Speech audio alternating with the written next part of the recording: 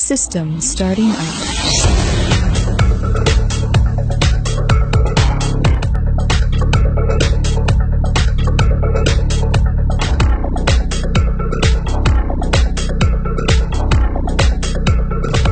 History deleted.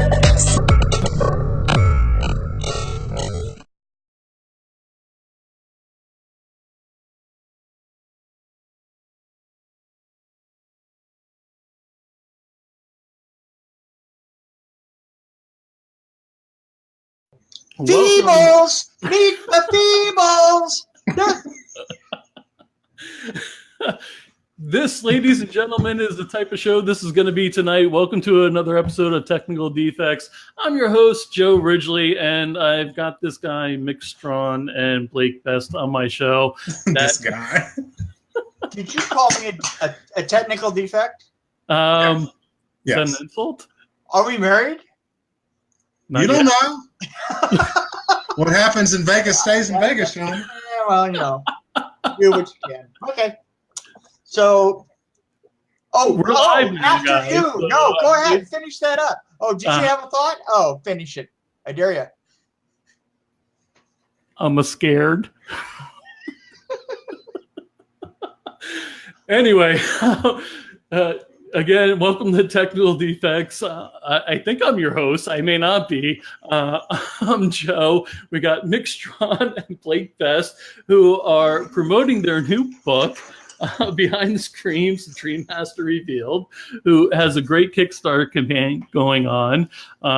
But you guys are involved in other stuff also. You connected in a strange way. Let me see if I can pick it up. Hold on a second. Wait for it. Wait for it. Still wait for it.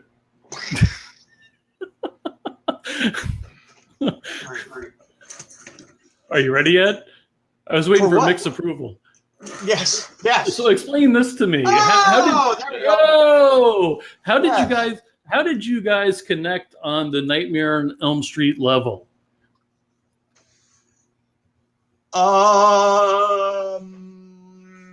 What? What? How did we connect on the Elm Street level? How we connected on the Elm Street level, I grew up as a big fan of Mick's work. I had seen all of his films from the 80s and most of the ones from the 90s. And for a time, I was a co-host on a podcast, and I contacted Mick and several other people to do a retrospective on the films. So he participated in, obviously, the episodes that were dealing with Dream Warriors and Dream Master. So that was a couple of years ago, and we were fast friends ever since then. That's sort of how it started. I've seen some of my films. A couple of them. But for most of them, I was there some of the time, at least. And my job when I was there was to make sure that they weren't invisible. Okay.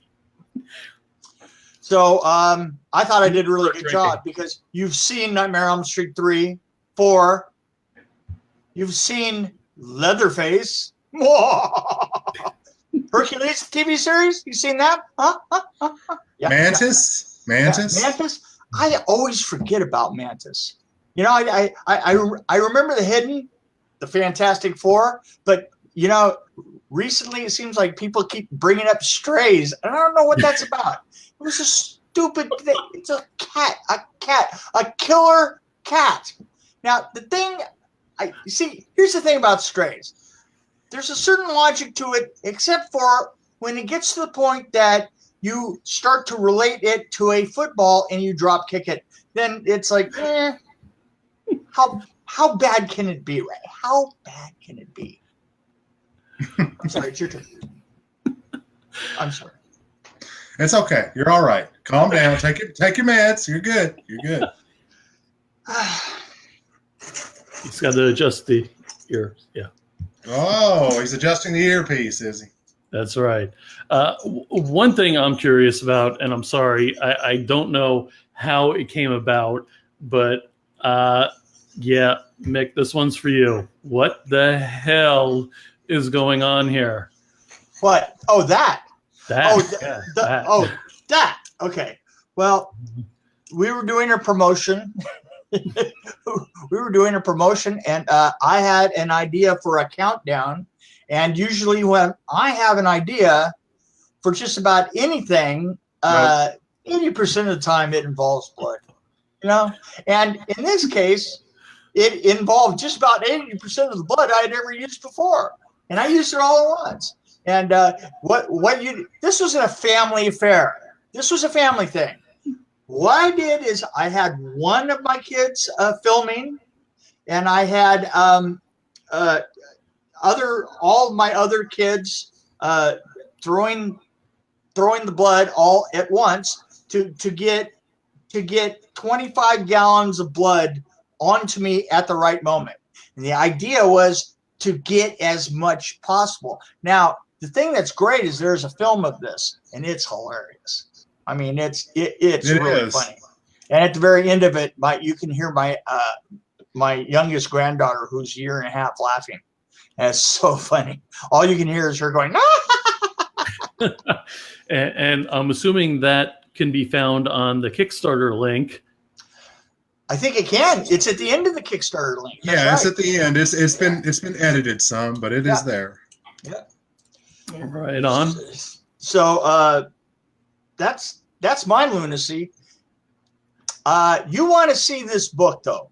I am just now in the process of writing the last 2 chapters. I have been actually incommunicado for the last few days, just trying to rework it at the end, because I have so much great information from so many people, because this is kind of an all-encompassing work. We've gone, I mean, my concept is this, we always hear about the top level of the filming. We hear about the stars and the directors and the producers. And what I want to do here is I thought that we should go in and find everybody. All the great stories are behind the scenes. I mean, and what we want is we wanted to go back and kind of take the nuts and bolts and show you the nuts and bolts and the nuts that were working on the nuts and bolts. And there's a lot of nuts working on the nuts and bolts. This book is like ADD, like sort of. There's fire pissing dogs, if I could say that. There's cockroaches. There's fights. There's arguments. There's slime attacking people. There's just general mayhem. General mayhem. Oh. Hold on a second. Yeah, there's. Wait, you got to interrupt. He's got to do it again. Do it again, Blake. This is what Mick was doing a lot of the time. A lot of the time, that's what he was doing on the set of this movie, because there's so much. Just hearing his side of it, just hearing his stories, and that's something else. You're going to have a lot of fun reading it. You're going to have a lot of fun looking at the pictures, but you're going to have a lot of fun learning about what exactly a production designer does, which is a lot. Well, or my interpretation of it. So, for those out there that don't know, what is a production designer? Production designer pulls all of this crap together. You have you have a look of things. You have the look of the effects. You have the look of the sets. You have the look of the costumes. You have the look of the lighting. You have to have somebody that is over all of that. I mean, because I used to work primarily in effects and building, then my strongest points were effects. So I wound up production designing effects films. And in this particular case, I designed individually of being the production designer. I designed a great deal of the sets with my sister. And I designed a good chunk of the effects too. That's what I've always done. A friend of mine, Peter Chesney, who I used to work running his shop, was the mechanical effects coordinator on Nightmare on Elm Street 3 and 4. And we would go back. He's brilliant. And we would go back and forth and work hand in hand. And in that working hand in hand, you get sequences like the junkyard. I mean, the Junkyard and Nightmare on Elm Street 4 is me and him working together to give you the most amazing, over-the-top effect. I mean, as a production designer, it's my job to give you that carnival I feel that we got on that film, because that's what I went into it as. Is when I was working on Nightmare on Elm Street 3, I tried to pull us away from doing the everything on set, on location. And I brought everything into a set so that we could control it more and we could kind of blast it out a little bit more. And the way that I described it at the time is this is a carnival that's just rolled into town and opened up down at the local Walmart, right? Of course, and then it wasn't Walmart, it was Kmart, okay? So the blue light special was horror! So anyway, we were... I saw it less as a horror film and more as like a roller coaster ride. Okay. And Freddie became a little bit more open to Robert Englund's kind of personality. And at the same time, the script also opened up to be to give you this group that's going up against Freddie that gives everybody kind of a chance. Well, the same thing. By the time we got to Nightmare on Elm Street 4, we had nobody that was anywhere near us. So we had to beat ourselves. So as opposed to being the carnival that pulls into, Kmart, I decided, well, you know what? We're going to be Disneyland. and that's exactly what we were. I had a feeling that I did pretty good for that. And as Blake said earlier, dogs pissing fire. Well, dogs pissing fire and flaming dogs pissing fire, as a matter of fact. Flaming dogs. You can find out. Yeah, flaming dogs pissing fire. Hi. And junkyards and climbing up equipment and getting stuck and just general mayhem. Yeah. So Blake, I want you to take this one. What is this picture from? This picture is from Sin City Halloween in Las Vegas. This was 2016. It was October 26th and 27th and 28th, excuse me. And we were both inducted with Mick Strawn, Nick Benson, who also worked on Nightmare on Elm Street 4. And we were all inducted for notable contributions to horror and to the Nightmare on Elm Street mythology. Christ, that's a mouthful. But yes, his hair is very luxurious in this, and I'm not too bad looking myself, actually. So, no, what kind of mustache wax do you use? I don't use any. Those are boogers. Yeah, let me just pick those. Yeah.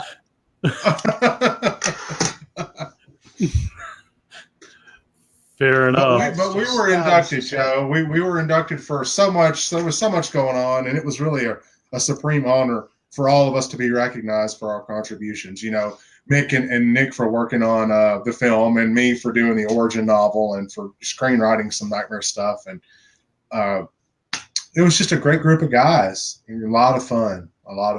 So can you delve into that a little more, the origin novel? Oh, yeah. Why don't you just let Mick talk about it? Mick read it. He was one of the first people, besides Robert Englund. Robert Englund has the advanced reading copy, the only advanced reading copy available. I can't steal your thunder. I was talking about my film. It's your turn. Oh, I love how it's my film. That's something else you'll find out when you read this. Mick is deferential in a lot of ways, but he is very adamant about the things that he did on this. And if you don't know about them, give him 5 minutes. He'll tell you. But the origin novel was basically something that was a passion project for me throughout all the films, Nightmare 3, Nightmare 4, the original film, and all the other ones. You sort of got like a bits and pieces, little snippets of Freddy's origin, but you never had like a clear, concise, full story. There's comics that kind of reached out to that. The television series, which Mick worked on, delved into it a little bit, but you didn't really get the full, uncensored kind of hardcore look at everything from the events surrounding Freddy's birth up to his murder by the parents. And that's what this novel covers. Everything that you never heard, and all the murders that he committed prior to his own murder were never detailed in any real capacity. And this book changed all of that. And it is. Where can we find that? Can we find it? Is it available? It is out of print currently. Paper, editions of it are out of print. But if you can find a copy, they're selling for $2,000 or $3,000 a piece on Amazon. So if you guys can find it for $1.50 at Goodwill, buy it. No, I'm kidding. I'm kidding. Yeah, and send it to me, and I'll sign it for you, and then you'll get more money out of it. Okay, and then send it to Mick, and Mick will wipe some fake blood on it. That'll be good. That's great. I got lots of it left. Yeah. So, Mick, I'm curious. Tell me what this picture was about. That's not me. You can't prove it. Can I get a hair sample? Yeah. You know what? As soon as you can prove it, we'll talk. The only thing missing, he's actually wearing that same shirt right now. Look I at am his not. shirt. This is He blue. is This is too. blue. Oh, this is blue. Come on. Come No. on. Give me a break. The only thing missing from this photo is his sexy glasses. That's all that's missing. Oh, well, these. I don't think I have that picture.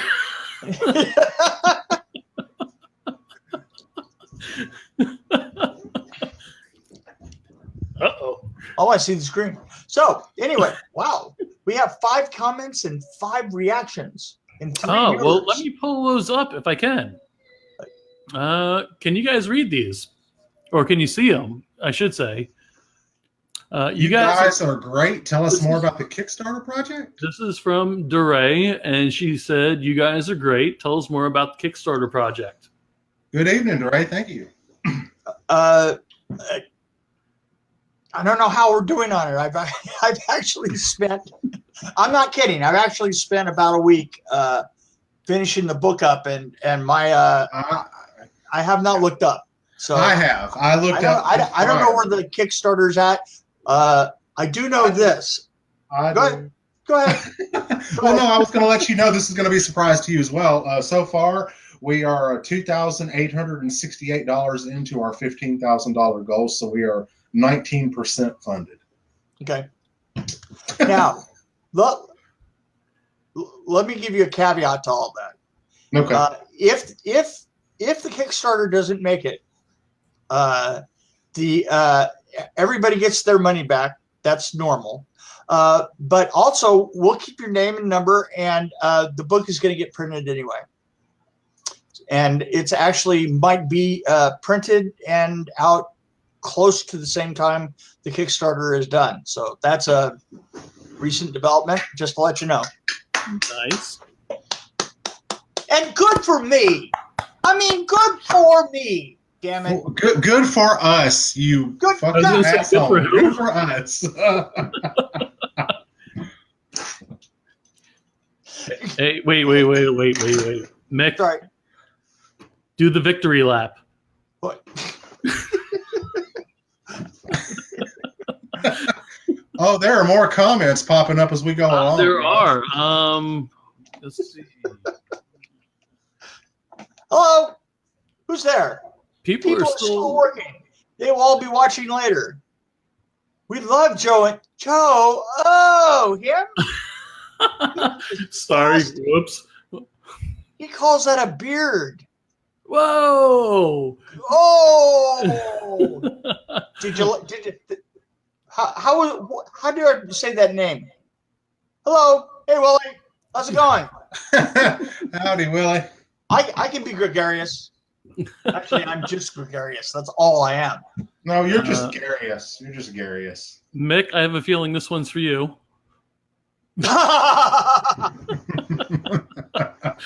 As from Kim. Was it something I said? Yes. Oh, yes. It's always something I said. Yeah, it's always something you said. That's how you get into all this. You don't know how to be quiet. Yeah. Well, that's one thing I wanted to actually touch on, not Mick being quiet, but the horror fans, they're different than the comic book fans, the toy collectible fans, they're cooler. They're more mellow. I mean, you think horror, you think they're going to be but no, everybody's friendly. Well, you don't want to be too far out there when you have a body rotting in your closet. You might be discovered. What about the one in the trunk of your car? Or what about the partial one? I drive the speed limit, and I always make sure the lights are good on the back. What the hell is that in the back, Blake? What was that?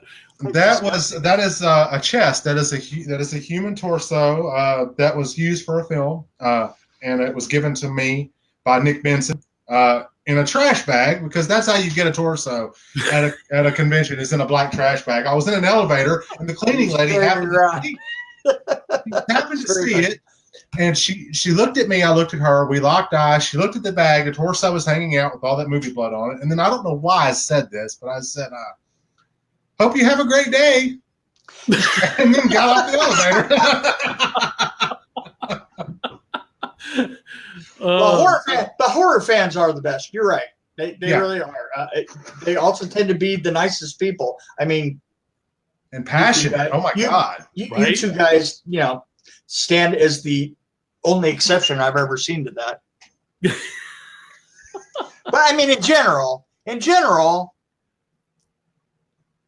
everybody's okay. I love the fandom. They're awesome. They have absolutely. They have wrapped me in their warm embrace. Absolutely. We sit at these tables, and time goes by, but it doesn't ever feel like time goes by at any kind of really slow pace. It's like I look up and it's time to go. But all day, we get to spend meeting fans that tell us what these films and what these books mean to them, and how it's helped them find a piece of themselves that they didn't know was there. Their own artistic flair. They want to write a book. They want to, make a movie. I get bored as hell and I start walking around. I sit for about 5 minutes and I think to myself, my God, I got to get up and kill something. So you don't walk for more than 5 minutes either, though, no? What? No, I want to go out and kill. Whenever we get up and wander, Robert Englund drags us off somewhere. Robert Englund. Let's go back to the Robert Englund picture. Boom. Oh. There it is. Talk about that, guys. Come on. Well, I got dragged into his picture.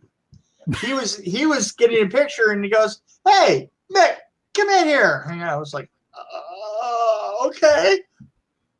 I'm not wearing my good hair. They tried to stop him, and then Robert and I both looked, and we both said at the same time, "He can get in the picture." And then everybody was like, "Okay." Did he so charge he jumped extra? in. No. He should have. But the interesting postscript to that is the young lady that's on the other side of the photo is my wife. And her shirt and Robert's claws had a meeting of the minds, and we couldn't get them separated. And how did that make you feel? I was okay with it. I would happily sacrifice my life to Robert. That's after she stole jelly, right, Mick? Yeah, that's right. At the Waffle House. Waffle House. She's a. Oh, please elaborate. Her. There's a picture of her at all Waffle Houses. We go into a Waffle House, and she's just sliding the spare jellies into her purse. I was like, wow, that's a felony, right? And it is a felony. It's a felony. And he couldn't be modest or quiet about it. He had to go, "God damn it, Lisa, stop stealing food." Okay, Joe, now that you've met me, do you think modesty and quiet are like two things that I could even fake? No. No. This is the quietest he's been all day right now.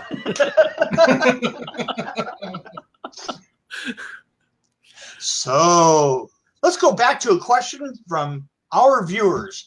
Yeah. Can I see these? Let's see. Oh, I can. Look at this. What is the difference between the thriller and horror genres? DeRay. Our friend DeRay. This is from DeRay. What is the difference between thriller and horror genres? It's the arm. If the arm stays on, it's a thriller. If the arm comes off, it's horror. Yes, I would have to second that. I was going to say if Mick is involved, it's a... Oh, never mind. Go ahead. Horror. It's horror. Man, it's pretty bad.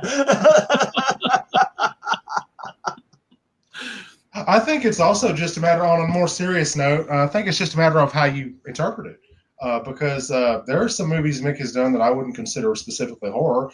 The Hidden is not really a horror film. It's more science fiction, in my it's a opinion. science fiction film. Yeah. It works as a thriller. It actually does. It kind of works as a thriller. But a thriller could also be like John le Carre, that that kind of international spy thing could also be a thriller. So, I consider Eight Heads in a Duffel Bag a little bit of a thriller, like a comedy thriller, like a spoof. Yeah, Eight Heads in a Duffel Duffel Bag. Bag? Yeah, Mick worked on that one. Yeah. Mr. Sandman. Well, it's Joe Pesci. Yes, Joe Pesci can do no wrong. All he does is sit back and just curse and just chomp cigars. Joe Pesci is so cool to be around. I had a VW van that I had been working on for the longest time. It's like the red and white 67. With that end that comes in like this, and white on the bottom, red on top, or red on the bottom, white on top, upholstered, and the whole bit. It was really, really cool.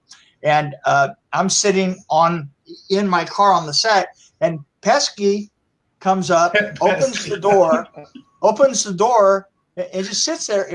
And he hung out with us all the time. And finally, I said, "Well, he says, I really like this car." And I says, "Well, you should get one." And he goes, "Really?"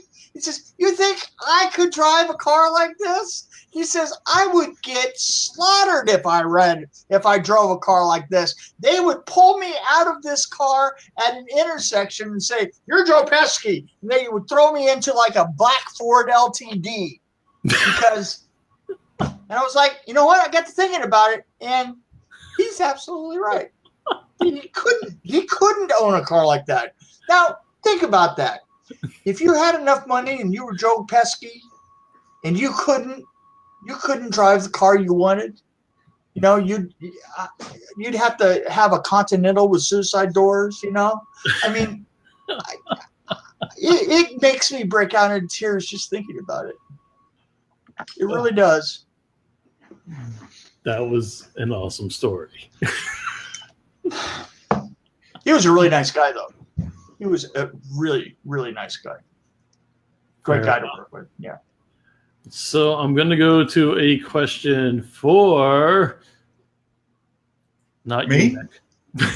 You, Blake, talk to us. Yes. Talk to you about what? Oh, I popped up the picture. I thought it showed up. Oh, I see it now. Okay, what do you want to know about that picture? Whatever you got to say. That was the cover. That was the cover for the other book that I wrote at the same time that I wrote Razor's Edge. It's called The Within. It's a demonic possession novel, and it's currently out of print as well. But it was a good seller. People really liked it. Yeah, that's a good one. I like that one. Yeah, that's I think that one and a combination of that one and Razor's Edge is what got me the job with Mick, because Mick's opinion of my work is very important, because at first he can be a little intimidating with his hair and his loudness and his just unwavering ability to embarrass himself and everyone else around him. I have never been embarrassed. I know. My inability to embarrass myself. You don't realize that you're embarrassing. Well, what it is he doesn't give a shit. That's what it is. He doesn't care that he embarrasses himself. So he's not embarrassing himself. He's embarrassing you for having been around him. That's right. I'm already embarrassed. That's what it is. Right. But yeah, so that's the cover for that one. And yeah, it's just, horror. That tends to be what I write. And music, compositions. I did a piece for the Kickstarter trailer called Building the Glove that was written for a Nightmare on Elm Street film project a few years ago that I was working on. That got stuck in what Mick and I affectionately call development hell, meaning it may or may not ever come out. So just depends. Yeah, but that fit right in with Craig Saffin's existing music.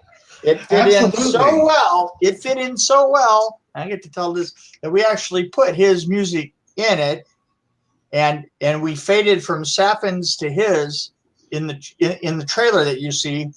And when I'm done, he says, well, "Why didn't you use my music?" And I said, "I did use your music. 3/4 of the entire thing is done with your music." And he goes, "Did not. I'm going to have to check." He goes back and checks and he goes, "Wow, sorry about that. It faded in too nice." It sounded, it was so, like it should have been there, right? Absolutely, and that's a big compliment, because that's something else that I do outside of writing books and screenwriting. Is I do a lot of composing for film and film projects. It just depends on what film it is and what idea they're going for. I tend to work more on horror things because horror is my home. But on occasion, I do coming of age things, and they're a lot more lighthearted. This score is not lighthearted at all. It's really ethereal and really dark, and it reminds me a lot of Bernstein's score, on the first Nightmare, with that spacey kind of. It's almost like if Pink Floyd went dark composition, soundtrack things instead of having words in their music. It's more along that line. I do all my composing on guitar and record guitars and synths and all that kind of stuff. So yeah, a lot like Craig Safon and some of the other guys out there. That is spectacular, especially the Pink Floyd reference, and definitely gained my interest. So let me see what other pictures I could come up with. We're embarrassing. Not embarrassing, but one that I think is really cool and should definitely. Mick is so close. I could see the glare of his screen and his glasses. It's beautiful. There you go. This one to me is cool. So there you go. There's the combo. There you go. Yep. So what is this award again? If you could, please. Oh, that what'd you say, Mick? I'm sorry. I say that's the one from column A and the one from column B. That's the first two pictures summed up in a picture. There you go. That's so meta. Oh, Christ. So that award is the one I was presented at the same convention with Mick and with Nick Benson.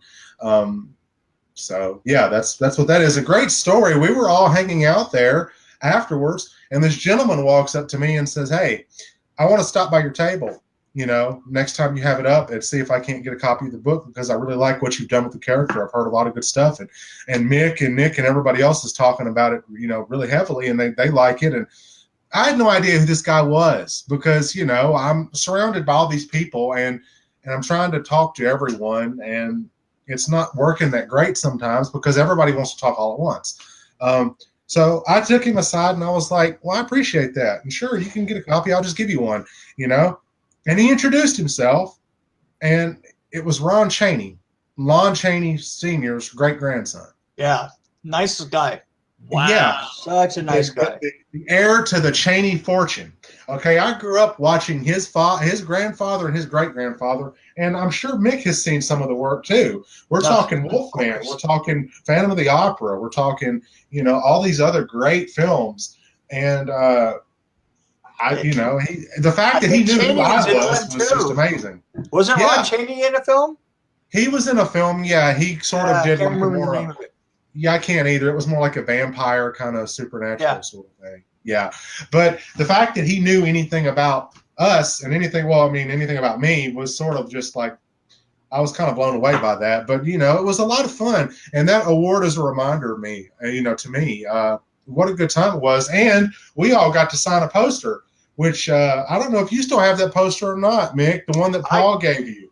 I don't know if I do. It's probably in storage if I do.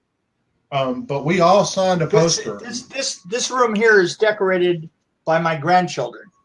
Oh, You see all the hanging. These are all grandchildren art. We have bags of grandchildren food in the other room, and they come over and see. We string their art. We try and string their art on Christmas lights. there you go. Oh, that's cool. That's actually really cool. And I see Blake is on the run also. Oh, I'm just getting together some stuff that I'm going to be taking on these conventions with me, some of which Mick is very familiar with. Mick, huh? This is from the scene with Tuesday Night and Freddy where he's like, how sweet, fresh meat. Why don't you reach out and cut someone? This is the actual, one of the last surviving chains here. That is awesome. And it's not a real chain. It's the damnedest thing. I grew up thinking it was a real chain. It's made of plastic.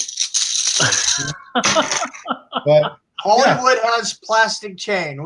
You know what? It's not so much that in Hollywood you can get plastic chain, but in Hollywood you can get every kind of different size of plastic chain. There you go. Wait, Blake, do it again. What is that? This is Bill Forsh's script from the set of Nightmare on Elm Street 4. This is his shooting script. With everything that was ever shot and everything that was never shot all in one binding. And if you read the book, you'll find out the stuff that wasn't shot. Yeah, absolutely. You'll also find out, as per one of the pages, that the junkyard was termed the Car Box Canyon, as per this script from April 12th of 1988. Oh, sorry. How did you acquire that? Bill gave it to me. Bill sends me all kind of neat stuff. Bill and I'm working on a book with Bill next. That's going to be next year or the year after because Mick has been kind enough to contract me for another couple of books. So I've got plenty of work to do with Mick. And one of those is going to be about his career as a superhero. So wait a minute. I willingly signed up with Mick for more books? Hey! I'm a glutton for punishment. Obviously. Oh, hey, what about this? Can you guys see that? Probably not. Well, try it again because I wasn't focused on you. Do it again. Oh, hell yeah. That looks like a sweater. Yeah. That is the last surviving piece of Robert's sweater from Nightmare 4. Get the hell out of here. When he's ripped apart in that church sequence which we go into, what do we call it, Mick? The Church of the Immaculate what? The Church of the Immaculate Freddy. That's the name of the chapter that deals with the church. We have some great titles for it. We have the shortest distance between 2 points is a new line. See what we did there? Junkyard Dogs. Kung Fu Fighting. That was my coinage. Alice Through the Looking Glass. You threw the looking glass, yeah. And Give a Bug a Break.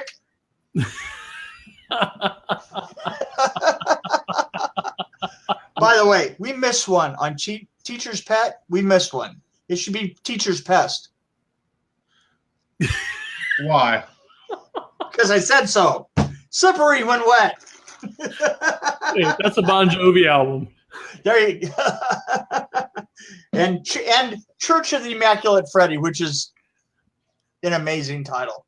These are some of the chapters, and if you call now, there's more. Yes, hey, there's more. DeRay Finner has a question. Let me see if I can bring this up. I will bring it up. Oh, you bring it up. Okay. Mick and Blake, are you geographically close? No, we are not. No. We collaborate in the same room in cyberspace. There isn't enough cyberspace to put me in a room. Nobody puts baby in a room. No, there's not enough medication for Blake to be in the same room. Oh no! Well, contrary to popular belief, I am quite a firecracker myself, especially when I'm, in person with this guy, because I've done that a couple times, and it always makes for one hell of a story. Wandering the Vegas Strip completely just hammered with this glove on, with one of these gloves on, by the way, on the Vegas Strip, looking for a steak because I was hungry, and so was he. Okay. Well, Yeah. When you're hungry, you're hungry. Hey, Mick, somebody wants to say hi. Ah! There you go. Hey. So, Anyway. Joe, is there any place else that you wanted to take us? Is there anywhere else I wanted to take you? Yes, me. To the bar for a drink? I have to go. Why don't I get invited? What the hell? So Hey. I'm in Florida. Are you guys making any appearances in Florida anytime soon? You know what? I honestly, I won't be able to get out and around until towards the end of the summer. Like I say, I'm trying to pull the final. I'm dealing now, for the most part, with the look of the book, because we're trying to get a different look. We're trying to get a very graphic. I don't want to just have like words everywhere. You know what? I want to make it look like it's been designed, because I'm a designer, and what I do is design, and so I wanted to give you the feeling kind of the show itself, and it has a lot of great background photos that nobody's ever seen. You're gonna love the stories. I will not let it go out until I enjoy the look of it. So there. I mean, Right. And there's a sample chapter available on the Kickstarter. Chapter 12, right. Give a Bug a Break, is up there. Have That's you just seen it, Joe? a taste. Have you seen it, Joe? Huh, Joe? Have you seen it? No, I haven't. Where is it again? Oh, shit. It's on the Kickstarter link. Just click the link and you'll go right to it. You could bring it up right here. Yes, please do. Let's see. Joe kind of looks a little technologically challenged. These guys are very demanding. Yes, you bet. Yes, we are. I'm so demanding. Wait, let's get Blake going on. I'm on the road trip.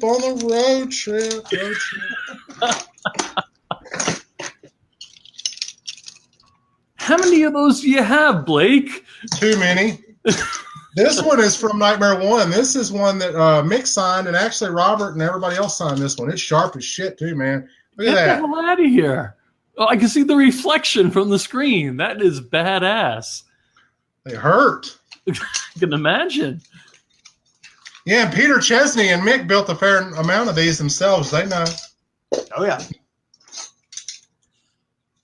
Christ. I think Where are all coming from? Man. my favorite was from the TV show. Oh yeah. The dental tool one. Oh yeah. That one was great. Yeah. Does anybody have one of those to show, or am I just going to bounce back between pictures? I don't have one to show, but there is a builder out there named Brian Sills who has built one that works, but I don't know if he's still selling them.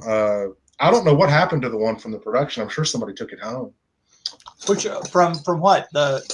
From the pilot episode where he has the dental glove. Yeah, it's the very end of the pilot. Yeah. I'll tell you, the funny thing is after we were done with that one, and I had actually had the guys build it, and I had designed it and done a lot of the parts of it, and it sat in a box on my desk for a year down at Freddy's Nightmares, and as we were loading out, a group of guys came in that were from some charity, some kids charity, and they said, "Well, do you have anything that we can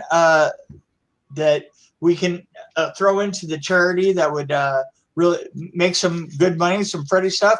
And we had literally virtually packed everything up. And everything was gone and out the door, and that sat on my desk because I was going to take that home, and I just handed it to him and said, "Here." And that's and so it went to a charity and was sold off for charity. So that's the last I saw of it. Yeah. But you can tell the real one because it has the logo on the box, the control box. It has a logo of the burger company that we printed for the burgers in I think it was the 3rd episode. Oh, It's a Miserable Life. Yeah. Yeah. Very cool.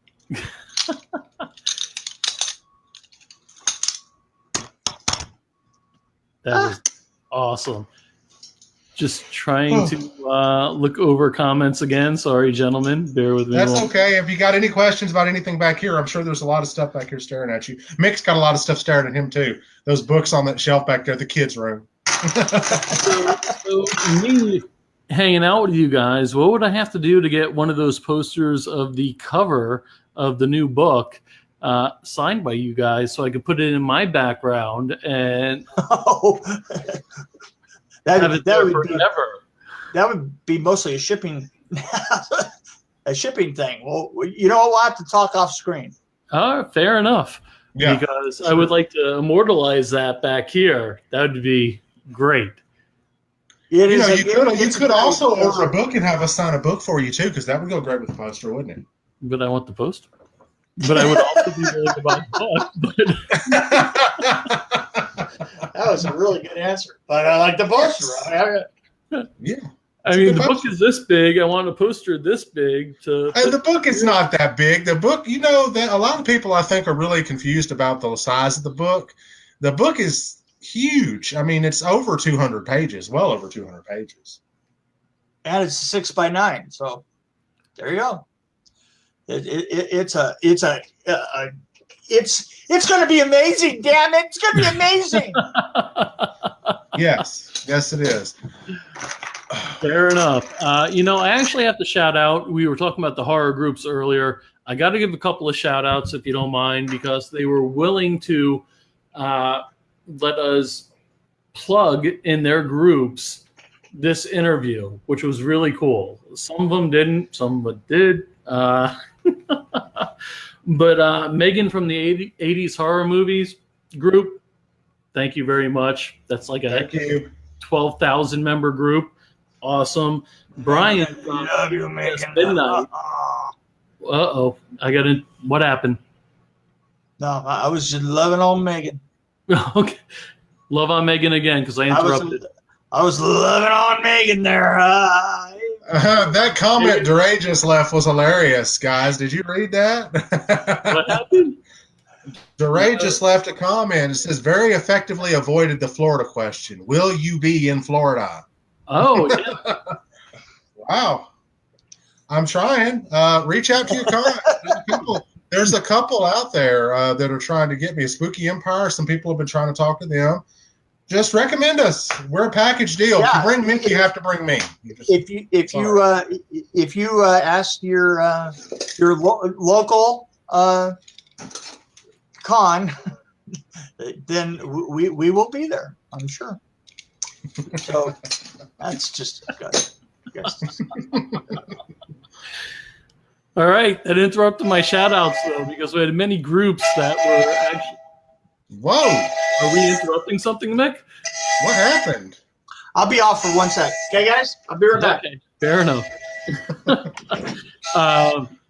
Some of the groups that you're well aware of also, Brian from VHS Midnight Presentation, he was grateful and he plugged the show for us, and the guys over at the Horror Syndicate. One more, Larry Jackson at the Geeks of the Industry. Oh, Larry's a good friend. Hi, Larry. Right? Larry is an awesome guy.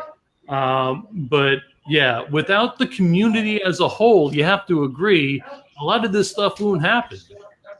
I would have to agree, and I'm always very thankful. Every time I do one of these conventions, I'm usually sitting at a table for 3 or 4 hours at a time, and I get to meet and greet with fans and sign their books and hear their stories. And And I never get tired of it because I think horror is one of the few things that bonds us together because we all want to experience, all the feelings that go on with horror. We want to have that our endorphin rush. We want to, we want to feel excited. We want to feel terrified. We want to feel, like we're satisfied, satiated. And I think horror does that on a lot of different levels. So I'm happy to do it. I love this and I love my job. And it's because of the fans that I have.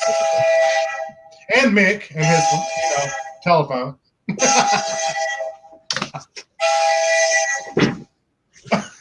So while he's answering the phone, do you have any other questions about anything you see back here, Joe? Just about freaking everything and how you acquired them. I mean, the mask right there. That was made by David Miller. That's the guy that did Freddy's original makeup in the first Nightmare on Elm Street. Right. Well, let me actually pull up a picture. Hold on a second, sir. Okay. I want to pull up a picture of a table that you do. Oh, yeah. I love that little white bag. Mick brought me my breakfast. He was so kind. He was like, you had to rush in here and see your entourage and your fans. Let me bring your breakfast to you. I got my breakfast hand-delivered by one of the best production designers in the business. My life is complete. I could die tomorrow, and I'm totally happy. Thanks for breakfast, Mick. Your check's in the mail. Anytime. But yeah, that was one of the tables. Mick was actually set up on the table next to me. So the very next table, booth over, was Mick and Nick Benson. You see, I don't have a picture of that. Nick, I was just sitting there glaring at people. Was it creepy? Glaring? It was like this. What do you mean? Was I creepy? Do it again, Blake. How was it?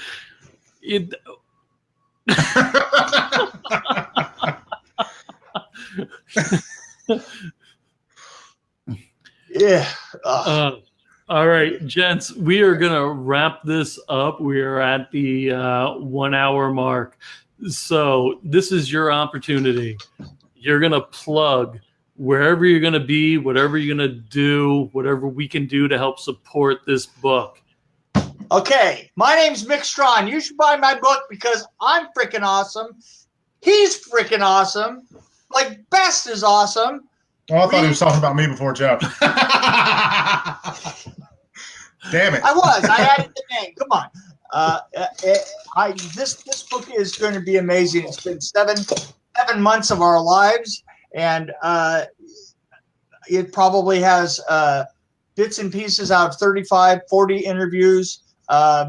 It's going to be really entertaining. It's going to be funny. You're going to find out a lot. And if I had to say that it's also going to be a good book if you happen to be a filmmaker, because not only a horror fan, but a fan of film in general. I think it's going to give you a very well-rounded feeling for what it was like to do a huge practical effects film. Probably never going to happen again like that. There's never going to be put that much money put together in those particular ways again. It puts you right there in the summer of 1988 when, in the middle of a writer's strike where nobody could put their name on the movie. So basically you have a script that is entirely held together because there is no script. You have a film held entirely together by the effect sequences and by the fact that Mick is so tired of sitting in meetings. If it wasn't for this long, drawn-out meeting he was in. And that's a story. That is literally a story in here. Yes, I won't go into much more detail, but I'll put it to you this way. That meeting, if that meeting wouldn't have happened, one of the best sequences in the film would not have come to pass. All right, so Mick, where can we find you on social media? Well, you can find me. You can get a hold of Mick Strawn on Facebook super easily. You can. That's the way to do it. Super easy to do. You can messenger me. Are you on Instagram, Twitter, Facebook? I'm on Facebook.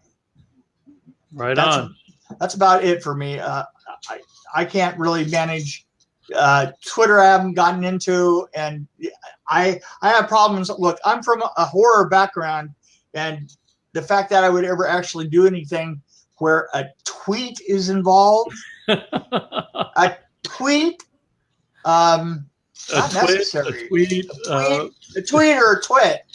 You know? It's rough. Fair enough. So, Blake, where can we Yes. find you hanging on can- social media? Can I throw out one other thing? Yeah. I also have a podcast.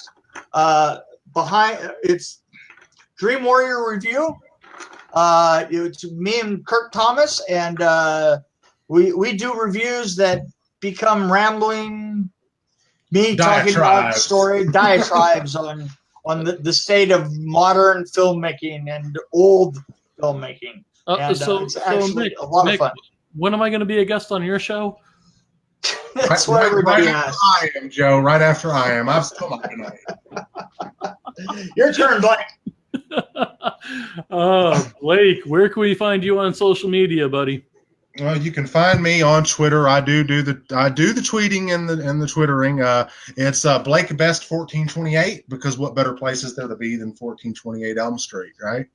Absolutely. And then I've got an Instagram. It's Blake Best Official. I upload all kind of stuff, pictures, and my kids and stuff are up there too. So it's kind of like a little glimpse into my entire life, not just the Nightmare on Elm Street and the books and stuff, not just that stuff. But you can find me on Facebook. I've got an official Facebook page. It's Blake Best Horror. So it's like facebook.com/ what do you have? Blake Best Horror. And then we've got a Facebook page for the book. Facebook.com/ Behind the Screams book. That's the official Facebook page for the book. And then I've got a website, but it's way too long for me to tell you all that. It's just, I don't have time. It's too long. Is that Facebook page updated regularly for the book? Yes, it is. Right on. Everybody go and check that out. And get your hands on a book. This book is unlike any other book. I mean, who the hell is not a fan of Nightmare on Elm Street? Who the hell is not a fan of Mick? Who the hell is not a fan of great horror? I mean, the book is going to be the new standard. There is not another book like it. I've read just about every book that's ever been written on Nightmare, and this one is unlike any of those books. It's a visual spectacle, which is perfect, because that's exactly what the fucking movie was. You're making visual spectacle. You're making a visual spectacle of yourself. No, but that's a great point, though. What separates this book from other books? 30 seconds or less. Oh, pictures, stories, all that. You know feelings. What? The stories are from the acting line down instead of the acting line up. There are some of those stories, but we've talked to everyone. This is big, and the film was big, and this is as big as the film. Damn right. All right, guys, we are about to head out. Any last words, Mick? Every day, trying to eat a green thing. A green thing. Does that include M&Ms? A green thing is fine, yeah. Whatever. If it's green, you're good. Fair enough. Blake, any last words? Whatever you do, don't fall asleep. Right on. All right, guys, it was great having you on. I really do appreciate it. This was a fun show. The shows that I like best are guys that I can hang out with at a bar, and I there feel you go like, with that damn bar thing again. well, I'm sorry, but just hanging out, chilling. You guys are those guys. They're very cool. So if you see them at a con, which brings up any cons coming up, guys, that you're going to be at? Yes. I know that I'm going to be in Salt Lake City for sure this summer. It's the only one that I have locked in at the moment. Like I say, I have not looked up. Within a couple of weeks here, the book will be in press, and I'll be able to have a life, and I'll be able to tell you what I'm doing.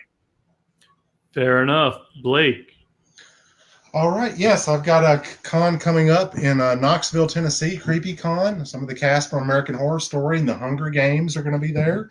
So I'll have a booth there doing autographs and signing books and anything else, pictures. I'll be bringing some of these awesome props with me to all of the different shows I'm doing. I've got the one in August, and then I've got one in October in Las Vegas. I'm going back to Sin City with my beautiful wife, and I'm going to do a signing there at Paul Casey's Sin City Halloween.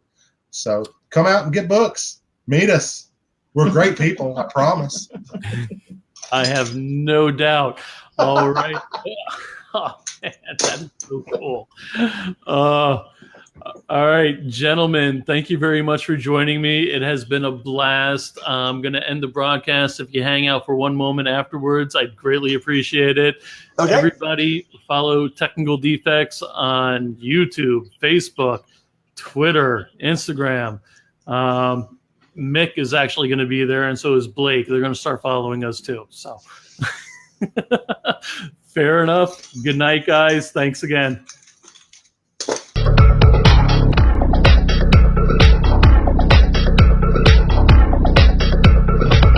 History deleted.